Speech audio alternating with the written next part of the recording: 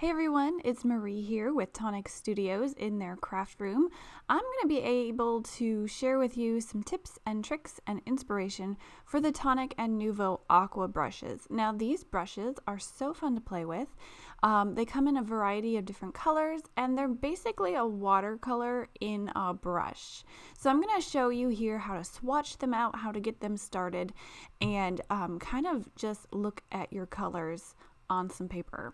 So I've started swatching already. I've got about 2 columns done here. All I'm doing is I'm taking some watercolor paper. I've taken a ruler and a pencil and I've just graphed out some 1-inch squares on my watercolor paper. So here's a look at these aqua brushes. I have them in my Nuvo case here, my organizing case. All of the brushes colors fit in one of these cases. So there are 36 colors and you can put 36 pens in one of these cases. So it's a really handy way to organize and keep all of your aqua brushes together. I've gone ahead and I've tried to organize them in what I thought was a rainbow pattern, but this is where your swatching comes in, because when you have your color down on your paper, it's going to look a lot different than the color on the label. So it's helpful to swatch them out, and after I've swatched them into those squares, I've written down that number that's on the label there. It has a number and it has a title, so that one would be just peachy, but I found that it was just easier to write the numbers on each of my squares, and I'm keeping each of the squares in order of how I have them arranged in my organizer. So if I want to go ahead and change them again someday, I might, and then kind of make another chart. But this is how I'm doing it. Like I mentioned, I put them in what I thought was rainbow order, and once we got these all swatched out, you'll see how different they look on the swatch card versus on the label. So in order to swatch these out, it's really simple. I'm just taking my color right from my brush, adding a little bit to the top of my square, and then you can take a paintbrush or a watercolor brush. Nuvo has both. I like the watercolor brush because it has water right in it, but the paintbrushes are easy too. If you have a few cups of water sitting on your desk, you can easily wash them off and switch colors. So once you have some of your watercolor pigment there on the top of your square, I just like to take some of that clean water and get it moving and pull it down. Now this will kind of make a gradient type look on your swatch cards, which personally I find helpful because I do like to mix these with water quite often to get a different saturation of the same color. So you can see it's much darker, much more intense where I put it right onto the paper. And then as you pull it out with some of that water, it kind of tones down a little bit, so you get a little bit different of a tone. Now, like I said, swatching these out are great because you can see these 2 pens here look very, very similar on the label. They're almost indistinguishable between the 2 of them, but once you put them onto paper, you can see that they are very different. The top one here is more of an orangey red, and the bottom one is more of a reddish brown. So even though they look very similar on the label, once you swatch them out, you'll see that they are very different on paper. So this has helped me immensely with my coloring on my cards and my different projects, because I can refer to this chart once I have it all swatched out and pick the colors that I want to go together. And I'll show you at the end of this video how this has come in handy when I was watercoloring a little scene on a card. So I'm going ahead, I'm going to fill in this whole column here, first going with this square. You can see that this is a very bright yellow. This yellow that I'm putting down, it's almost I would say a greenish yellow. It's got more of a green tint to it. And this is a great exercise when you're swatching to pay attention to each color and see if it's more on the warm or on the cool side. And I'll explain what that means. But if you can kind of pay attention to your colors, figure out if it's got more of a warm tint to it or a cool tint to it, you will be able to mix these colors a lot better to get better results if you pay attention to sort of the tint or the shades of color. Now, not all yellows are equal, not all reds are equal. If you think of the rainbow, it's really a spectrum of color. So you can get reds that are more orange. If they lean more towards the orange side, you can get reds that are more blue or more purple. So it's a good idea to pay attention to those colors to see if they're more warm or more cool. So I want to show you here how I can get this water brush started. They come with that little ring on there, and you're just going to want to take the cap off and pull that off, and you can recycle it. And then twist the barrel back into the cap. Now you can see I'm twisting and that gap there is not closing. So what you want to do is take that cap off and then twist the brush top completely into the barrel. And once that gap is closed, your brush is ready to go. Now to get it started, you have to prime it. And to do that, you can look on the barrel and you can see that it says press. You can press on your barrel and that will get some of your watercolor flowing. I like to do this right over my glass mat so that when it comes out, it usually drops a few drops onto your surface. So don't do this over your project. You might ruin it. But you can see once you have it primed there, once that watercolor is flowing, you're going to be able to brush right from your brush onto your paper. A lot of times I do like to put it out on my glass mat anyway so that I can mix it with water and get the desired strength. But for swatching, I like to take it right to my little swatch squares, add some of that pigment on there, and then brush it out with my brushes. So I also like to use my little sprayer bottle from Nuvo, spray a little bit out onto my glass mat, and then pick up that water. Again, here I'm using my water brush, so I kind of do it both ways. I don't like to squeeze a whole lot of water out of my water brush because onto my project, it actually puts out a little bit more than I want most times. So I'll even go ahead and just pick up some water with my water brush. So you can use the paint brushes and the water brushes in different ways. It doesn't matter as long as you get the control of the water that you are looking for. So I filled in this whole column of colors here, and you can see how different all of these colors are. Those 4 yellows there look a little bit similar on the label, but once you have them all swatched out, you can see the top 2 are a little bit more of a greenish tint. The bottom 2 are warmer, more of a orange tint. So I'm going back to my pens, I'm looking at the number on the label, and I'm just writing that number on each of the squares.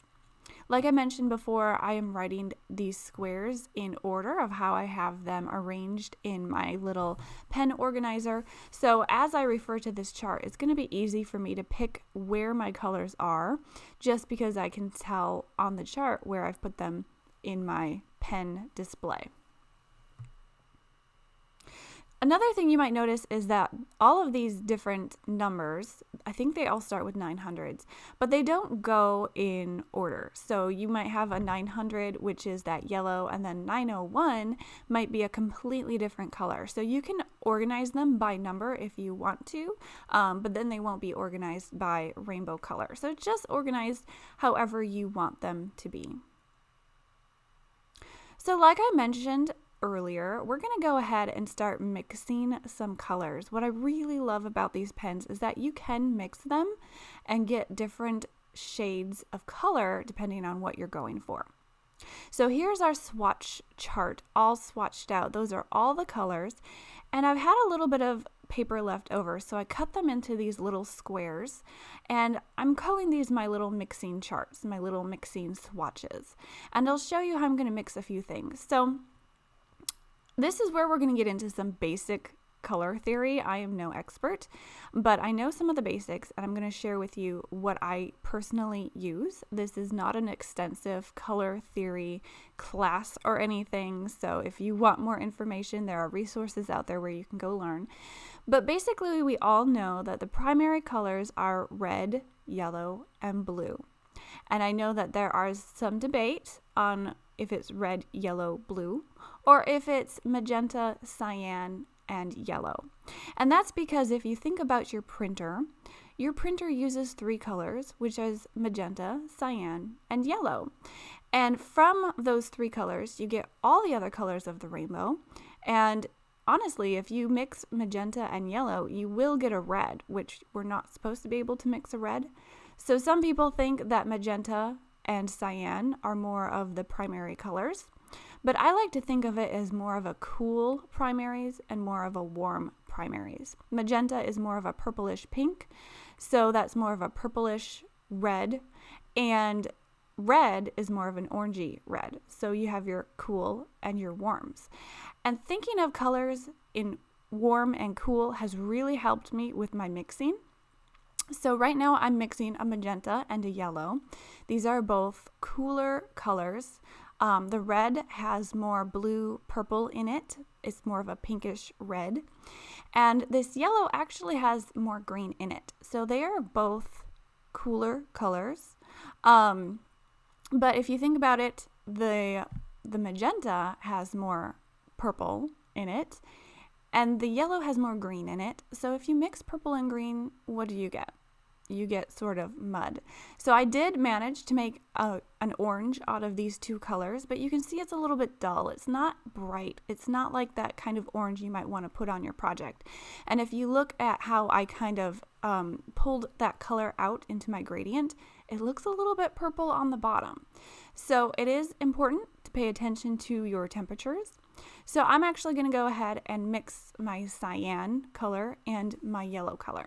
And you can see I'm getting this really bright yellowish green, but it's almost a yellow. It's not like a grass kind of green that you might want to put on more of a fall type card or something. It's a really bright green.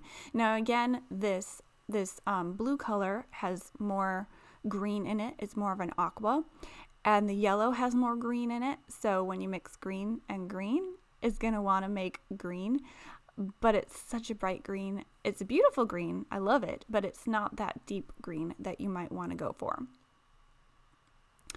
Now, purples are a little bit hard and a little bit tricky to mix, and that's because you do have to pay attention to the colors that you're using and the colors that you're mixing. Not all reds are the same, not all blues are the same. So I'm mixing my purplish red here, my pinkish magenta, and I'm mixing that with my aqua, which is a greenish blue.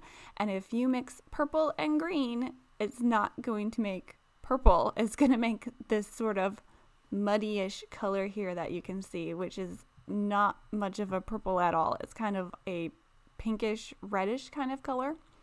And it's a little bit dull. It's not that vibrant purple that we would be looking for. Now, these colors aren't bad. You can use them on certain palettes. No colors are bad, honestly. They all have their place on the spectrum. But if you're looking for a richer blue, a richer purple, I'm going to show you how to achieve that.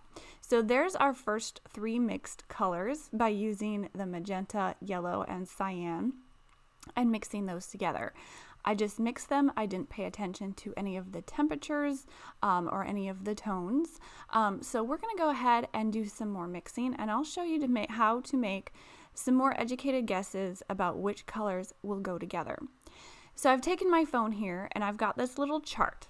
Now on one side is the warm colors, one side is the cool colors. Warm is yellow, orange, red. Cool is green, blue, purple. And you can see where that line is drawn. There are some colors that are kind of closer to each other, and you want to pick the colors that are closer to each other on the chart so that they will mix better. So I had this sort of pinkish, purpley-ish red. It's got more pink purple in it. And I had this more cooler blue, which is farther away. So if we went and we picked a color of blue that is closer to our purplish red, we're going to get a better purple. Now there's only two colors in these aqua brushes that are a purplish blue, and that would be 932 and 904. So I'm going to pick 904, and I'm going to mix it with the first color that we used for our purple. Now this is that magenta kind of red, it's pinkish, purplish kind of red, and it's got more purple in it. And if I take a blue that also has more purple in it, purple and purple are going to want to make purple. So if you pay attention to your colors, you'll be able to make a more educated guess on which ones will get you the color that you want. So we've taken those purplish colors, mixed them together, and we have a beautiful purple. So that's why purple is a little bit hard to mix. It's not just as simple as mixing red and blue. You got to pay attention to the temperature, the warmth, and the tone of the colors that you are choosing. So I look at a color and I think, does this one more warm or is it more cool? Does this red have more orange in it or does it have more purple in it? So if you want to make a purple color, you want to pick a red that's got more purple in it, and you want to pick a blue that's got more purple in it. You want both of those colors to mix to make purple. If you get a red that's more orange and you mix it with a blue that's more purple, you're going to get more of a muddy kind of purple. And if that's what you're going for, that's great. But if you want more of a vibrant purple, you're going to want to mix those colors that go together. So after I have these swatched out, I have written the colors that I used. So if you want to hang on to these swatch charts, these mixing charts, write your colors on there that you mixed. You should be able to refer back to them to get that color again. Now, one thing you do want to keep in mind is that the amount of colors that you mix is going to change the tone. So if I put more red into that purple, it's going to be more of a reddish purple. And if I put more blue in there, it's going to be more of a blue. Also, that blue is so dark, it kind of overpowers that pink a little bit. So it's a really rich, deep purple. So I'm going to mix a few other colors here and just show you what happens. I've got another color of pink, and it's almost a purple in itself, but I'm going to mix it with one of those two purplish blues. Now, you can see most of the blues on this chart are in aqua. They have more green in them. So I really only have about 2 blues that have that warmness to them, that purplish to them, that I can mix together. And I apologize that my camera has gone blurry here. It'll focus in just a second. So I'm going to go ahead and mix that purplish blue with almost a purple in itself.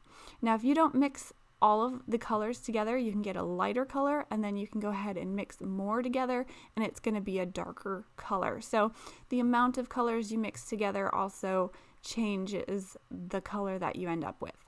But you can see this is more of a lighter purple. It's not so dark and intense as the one that we previously did. On my glass mat, it has a lot of blue in it. But if you're going for a lighter, sort of a lavender kind of color, you can mix that blue with more of a lighter purple color and get a different purple that you're going for. So it's really fun once you know how to kind of pick your colors to mix them to make a new color. And you can go ahead and experiment with all of these different aqua brushes and get the colors that you want, swatch them out onto your chart, and then just write down which colors you used. And then you have these charts that you can refer back to kind of give you different ideas on what colors you want to make. So I'm going in with a little bit more of that pinky purple color, and I'm adding more of that to the purple that we just mixed. So you can keep mixing, you can keep changing your colors to get a brand new color if that's what you're going for. I just wanted to show you here how you can get like a very dark, rich purple, you can get sort of a mid-tone purple, and you can get a lighter pinkish purple, and you can really just keep mixing and get different tones no matter what you're going for. So I was going to do a column of purple, a column of green, and a column of orange. I got carried away with the purple, so I've got one extra purple on my mixing card here. But we're going to move on, and I'm going to show you the greens now. Now our green was really bright yellow, almost neon-y. And I'm going to go back to my chart, and I'm going to pick out some different blues. Now most of my blues are an aqua, they have more green in it. So I want to pick a yellow that's more of a green tint. Now 927 is a yellowish green, but to me that's green already. So I want to go look at my other colors, and that 900 and that 907 are more of a greenish yellow. So I think I'm going to go ahead, and I think I picked 907. That's a really light greenish green yellow, and I'm going to mix that with my aqua, and we're going to see if we can make a better green mixing those colors, choosing a better color. Now, like I mentioned before, you can make this a darker green, you can make it a lighter green, depending on how much of each color you put together. But I like this green a whole lot better. It's still a really bright, vibrant green, but it's not like that neon yellow that we made before. And that's simply by changing up the colors that we're mixing. Again, paying attention to our yellows. Are they more of a warm yellow or are they more of a cool yellow? And paying attention to our blues. You want both of your colors to work together to get the color that you're going for. Take a greenish blue, take a greenish yellow, mix them together, and you'll make green. So after making a better color of green, I thought, let's go ahead and fix our orange. Now I picked a purplish red and I picked a greenish blue, and that made sort of a purplish orange. So let's go ahead and pick a few different colors. So I'm picking this red here, which is a warm red. It's got more orange in it. So we're going to use that for our red. So we're going to drop a little bit of that out onto our glass mat.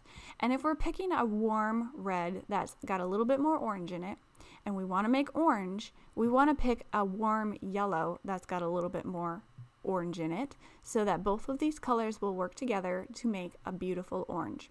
So I'm actually going to pick that 928 right there. That one is a beautiful warm yellow. It's got more orange in it, and we're going to put a few drops of that onto our glass mat, and we're going to mix these colors and see if we can get a better, more vibrant orange. So I've got about 2 or 3 drops of each of these colors in here. I'm mixing them together and we have a beautiful orange here. And again, it's hard to tell until you get it on your paper what your color is going to look like, and that's why I suggest going ahead and swatching and just playing with these aqua brushes and seeing what colors that you love, which ones you can mix and put together. But you can see already with this color next to the one that we did previously, this is a much better orange. It's much warmer. It doesn't have that purple undertone that first one has. And so paying attention to those warmths of your color can really help you mix your colors and get more of a vibrant color that you're going for. Now, what happens if we take some more of that red and we mix more red into our orange? Well, we're going to get more of a reddish orange, a more vibrant orange. So I'm going to go ahead and look at my chart again. I'm taking some of that red that I used previously, and I'm going to put a few more drops into my orange. And this is really fun when you're playing with these brushes. If you like this orange but you want it to be more red, just add more red. So you can go back and forth with your colors. You can just keep mixing and really get the colors that you want. And once you get familiar with your colors, once you know which ones mix well together, it's going to make your painting so much easier. So now that I've put more red in here, I'm going to put this on my bottom square, swatch it out. You can see it's more of a even vibrant red than the one we just did. It's got more red into it, more of a vibrant orange, excuse me. It's got more of a red tint to it. So you can just keep changing up these colors as much as you want to get the one that you want. So I hope that gives you a little bit of an idea of swatching out your colors, mixing your colors, making little mixing cards that you can keep on hand to see which colors go well together for the colors you want. And I'm going to show you how now to apply some of this mixing to maybe a card background if you want to do sort of a card wash or something, or a gradient background, and maybe you want to use 2 colors and just kind of blend them together. So now that we know how to pick colors that work well together, we can go ahead and pick some really different colors, and they're going to blend together and not muddy. So I'm looking at maybe this purplish red here, this 912, and we know that that's got a lot of purple in it, so I'm going to take one of my purplish blues. So I'm taking that 932, which is the really dark blue, and as I look at them on the label right now, you might think they might not go together, because honestly this one that I'm using right here on the label, I think it has more of a brownish tone to it. But once you get it on to your cardstock, your watercolor paper, it's more pink, it's more purple.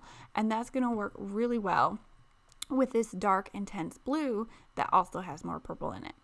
So when I'm doing a wash or a gradient background, I like to do it kind of exactly like I did on my swatch card, only you're going to be covering a larger area. So I'm coloring out a little bit of that color right onto my paper, and then I'm just taking some clean water and pulling that color out and making it kind of a gradient on my background. So you got that intense color on the top, and it's going to kind of start to fade out in the middle.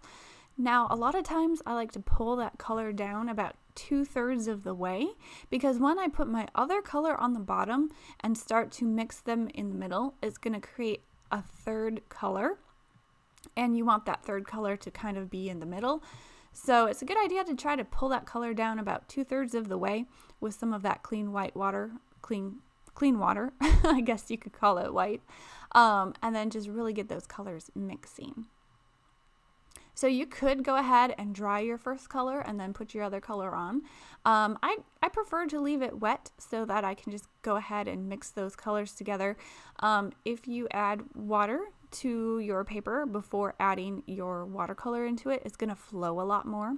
And if you add it dry, like I'm doing here, it's going to kind of want to stay where you put it.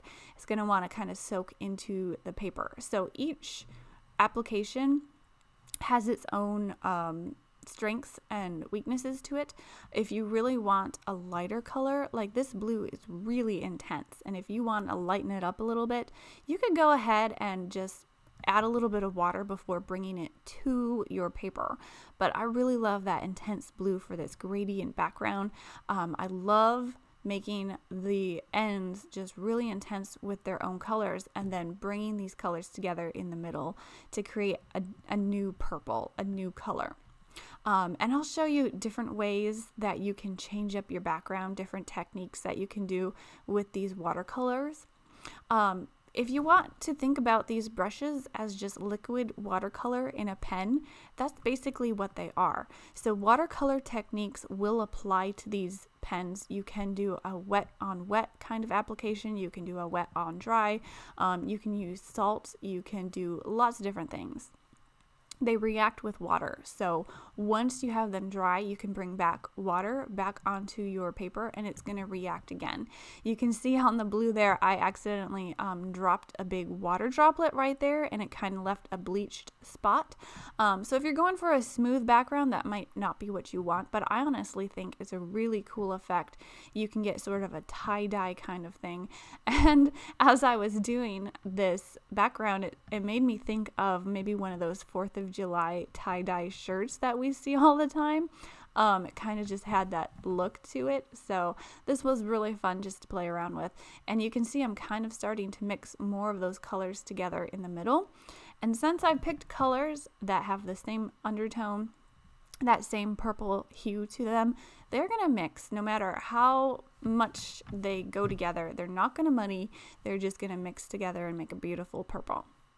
So here is that gradient background. It looks a little streaky because I used that paintbrush, but I wanted to show you that once this is dry, you can take your Nuvo spray bottle and spritz some little droplets on there. You might not be able to see it right now, but there's some droplets of water sitting on top of this.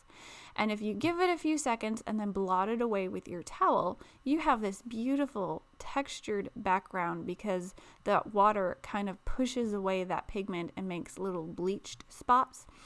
So when I say that this is kind of a watercolor that you apply watercolor techniques to, it really is a watercolor. So you're going to be able to do watercoloring with these brushes.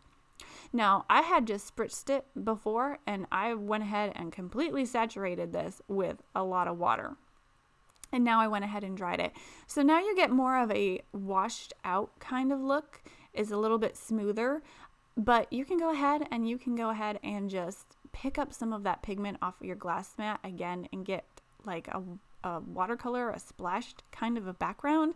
So I went ahead and dried that again, but this is so much fun to play with. You can make so many different backgrounds, and all of them are going to be unique no matter what you do. And picking two colors that go together, you're going to be able to do all of this stuff, and they're not going to muddy. They're going to look beautiful no matter what you do. So here I'm making sort of another textured background by just laying a stencil over my background and then blotting up some of that color with a baby wipe, or you could use a wet paper towel. Since, like I mentioned, this watercolor is reactive with water, water helps it to move again, gets it moving. You can even pick up some of that color through a stencil, and you're going to use your stencil to kind of make this pattern bleached spots in the background. It's not going to be a perfect stenciled design because some of that water from the baby wipe might smush underneath your stencil, kind of make it run a little bit, but it's another way that you can add some texture to your background. And since I've already done a lot of water on this background, I'm sure some of the pigment has already been washed away. So if you do this right after applying your watercolor pigment, you might get a brighter background. So now that we've swatched out, we've learned a little bit of how to use these aqua brushes. Let's apply it to a card. Let's paint a scene. And I'm going to show you how you can refer to your swatch cards to get a palette that you can apply to your stamped scenes. So I've got a few Tonic stamp sets here that I'm going to use to stamp out a scene. I've got this mug loaded in my stamp platform. I'm using some of this clear mark ink, which is a clear sticky ink, and I'm going to emboss these images. Now, I like embossing when I'm doing a card, doing a scene or image on a card, because once you emboss, you have this raised edge that you can paint on. And that raised edge is going to help hold in your watercolors, and so you can stay in the lines. Now, you don't have to emboss if you like more of that loose watercolor look. You like it when it goes outside of the lines, that's perfectly fine. Maybe you want to do some watercoloring and do a no line kind of look. That's fine too. But I always find it easier if I want to get a really precise painted image to emboss first, because those raised edges are going to keep your color in. So I'm embossing this mug. I also went ahead and I masked a few of the flower bunches from another set around my mug. And I'm going to refer to my chart and pick out colors that I want to put onto my card. Now, I was going for a bright red, and I was thinking about doing more colors, but it ended up being more of a muted fall palette, a really warm palette. So I'm actually using probably more of a pinky purple red than I should have. Maybe I should have picked a warmer red, but I didn't plan out my palette beforehand. I just kind of picked the colors I liked. And you can completely do that too. You can just go with what you like. But if you want it to really be cohesive, you can refer to your chart, pick out the warmer colors if you want more of a warm palette, and pick out your cooler colors if you want more of a cool palette. And of course, if you know more about your color theory, which, like I said, I just did some really basic tips here. This is not color theory. It's just kind of how I think of colors myself. You can get deeper into color theory, and you can, find the complementary colors. You can find, a triad of colors that go together. Lots of things to explore with color theory. So if you're interested in that, there are so many resources that you can get deep into color theory if that's your thing. But if you just want some simple colors, some simple tips for watercoloring your scene, hopefully I've given you some ideas. So I'm going ahead with some reds here. I'm making this nice red mug. I think the mug should just kind of pop against the background. So I'm using that brighter red, and I'm bringing some darker red in here, and I'm going to add some shading. And so I like to do shading by using a few different tones of colors together. So I'm doing a brighter red and a darker red, and I'm going to add this darker red into some of these areas where it's going to be darker. So the inside of the mug, on the bottom of the mug, and on the handles, that's going to be a little bit darker. So I'm adding some of that dark red into there. Now there's a lot of different ways that you can do shading as well. You can use a little bit of a darker color, the same color, to do shading like I'm doing here, some reds and some darker reds. You can, if you want a warm palette, you can use browns, and I'm going to do that a little bit too. Some browns to do shading. You can use black, but black's going to be a little bit tricky when you're mixing it with other colors, or gray.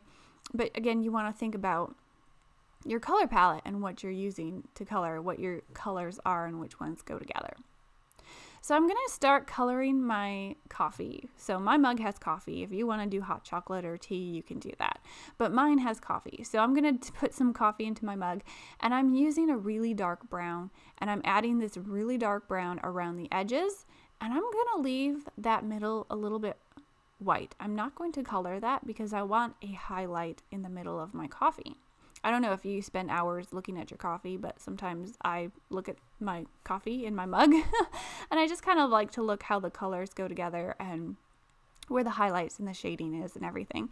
So it's usually darker around the edges, and sometimes you get a little highlight in the middle there. So that's what I'm going for. I'm adding the color mostly around the edges. And since this is a watercolor, once you get a lot of liquid on there, it's going to start flowing together anyway. So I find that if I just add my darkest around my edges, it's going to start flowing together and spread out. So you can see here I'm just dropping a little bit of color around the edges, and my color is just going to keep spreading out. Now, adding layers on your watercolor is really fun. You can add one layer that's a really light layer, let it dry, and come back and add another layer to it. So as I'm adding some of this dark color around the edges, that middle is drying because there wasn't a whole lot there. So I'm going to come back with a light application of this brown, mostly mixed with water. And I'm also dropping in some clean water right to the middle there.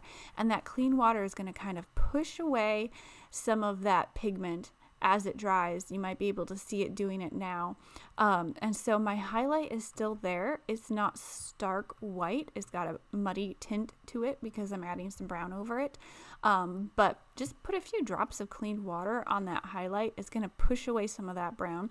And it really looks like liquid in a cup. And I think this was my most fun thing to do on this scene, is to paint this coffee. I just thought it was really fun. So I'm actually dropping in a little bit of black now on the edges to really get some contrast going here.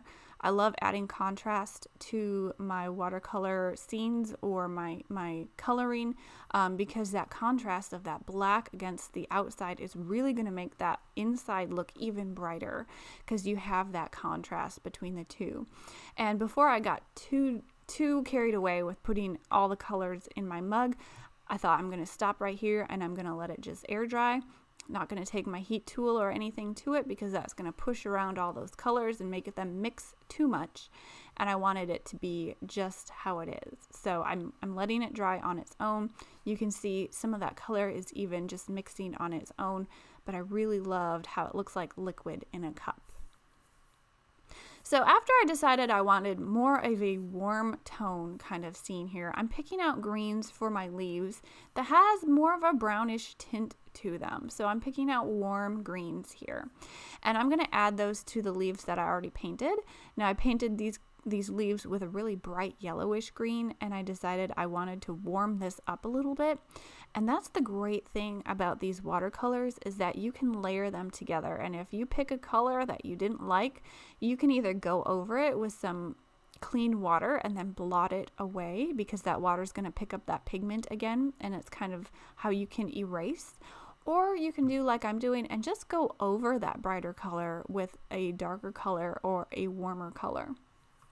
Once it dries, it's not going to mix quite as much as if it was wet, so you're not going to really muddy it too much like you would if you're just mixing the liquid colors together. So you can add different colors on top of each other. So once I have that warmer green on there, I'm going to come in and I'm going to do even more shading. And I'm using a brown for my shading. Like I mentioned earlier, if you want a really warm scene, you can use browns for your shading. You can use darker colors of the same color as well. I could come in with an even darker green if I wanted, but I really kind of like the look of adding browns and adding different colors on top of each other. It gives it more depth and more contrast. So it's really fun just to play around with your colors and see what you can come up with. I'm painting a few of the leaves in this scene with more of a yellowish brown, kind of getting some more yellows in there to kind of make this a warmer scene. And I can go ahead and add some brown on top of these yellows as well to really warm up the shading with these yellows. So I hope y'all are enjoying this aqua brush class with us in the Tonic craft room. If you have any questions or comments, please leave them down below. I'll also try to have all of these items that I'm using listed in the description if you're interested in checking them out. Otherwise, you can go over to the Tonic Studios website, and they have all of their Nuvo products and all of their wonderful products there that you can go and shop to your heart's content. So like I mentioned, I'm grabbing some brown here, and I'm adding some brown for my shading on my leaves. And you can see I'm just putting my brown down at the bottom where it would be darkest, because it's kind of tucked behind those flowers, so you're going to get a little shadow there. So I'm just adding some brown where there would be some shadows, and you can see how that really warms up these leaves. It really adds another layer of depth to this scene. I'm just making sure I get all of these leaves covered with a little bit of that brown shading. And I made sure to pick a brown that was more of a yellowish brown, because yellow and green can mix together, and so they'll really work well together, instead of a reddish brown, because if you mix red and green, it might not be quite as a nice color as the yellowish brown. So again, just thinking of your colors, how they work together and which ones will complement each other. And again, I'm kind of referring to my swatch chart throughout this whole thing to pick colors that are warm. It's really helpful to have them all swatched out next to each other, because if you just look at them alone, it's going to be a lot different than if you look at them compared to each other on the chart. So one yellow might look like a really bright yellow, but compared to another one, you might find that it's actually a really warm yellow. And so I'm taking one of my warm yellows here, and I'm going to add it to my flowers and just make a really warm scene here. So I'm making some bright yellow flowers. This yellow has more of an orange tone to it, so I know it's a warm yellow. And I'm just going to paint these flowers out here. I'm also going to be adding some shading to these flowers using a shade of brown like I did earlier, and I think this is actually yellow ochre. I could be wrong. I didn't show what number I'm using, but it's just a brownish yellow, and I believe it's the yellow ochre color. So I'm just adding a little bit of this brown to the insides of my flowers where it would be darkest, and you can see it's not an in-your-face kind of shading, but once it dries you can really tell that it's there, and it kind of just warms up those flowers more, gives them a little bit more dimension and contrast, which is what I love. So I'm finishing up my little flowers here. I'm adding some of that brownish yellow to my little flowers, and once I have those all painted, most of my scene is done. And you can see doing this white embossing on my white cardstock, the lines disappear a little bit, but once you get your paint on there, you can see them pop out a little bit more, because it's actually an embossed resist, so you can paint over your embossed background and do a resist kind of technique. And once I was done coloring all this, I thought I wanted to put some color around the outside of my lines just to make them pop out a little bit more. So I'm going to do some really light shading around my outside. I didn't want to use blue because blue didn't really fit with my palette at all. I don't want to use black or gray because I thought that would be a little too intense. So I'm actually using, I think this is Vanilla Sunday. I think that's the name of this color. I don't remember the number, but again, you have your swatch chart if you swatch them out, and you can pick a really light color to go around this. So this is a really light yellowish, brownish kind of color. It's not going to compete too much with the colors that I already have on there, but if I put it around the outside and help those white lines pop out a little bit more, you're going to be able to see that design a lot better without me completely overwhelming my whole scene that I just painted by putting a bright blue around there or something. So it really works with the colors that we've chosen. Makes this whole scene kind of cohesive. Looks like it was well thought out, even though I was just kind of picking my colors as I go along. But that's the beauty of having a swatch chart, is that you can pick your colors as you go. You're going to know that they go together because you know which ones are warm, which ones are cool, which ones mix together well. So like I mentioned, I hope you really enjoy this little workshop, this little class with Tonic Studios. I hope it's given you a good look at these aqua brushes, how to get them started, how to swatch them out and mix them, and how to do a little bit of coloring on your cards and your projects. So here is my finished card. I went ahead and stamped a sentiment and put it on a card base when I was done. And that's about it. So I hope this has given you some ideas, some tips and tricks and inspiration. Let me know in the comments if you'd like to see more from these brushes, if you thought this was helpful, or if you have some tips of your own. So thanks for stopping by. I hope you enjoyed it, and I'll catch you guys next time. Bye.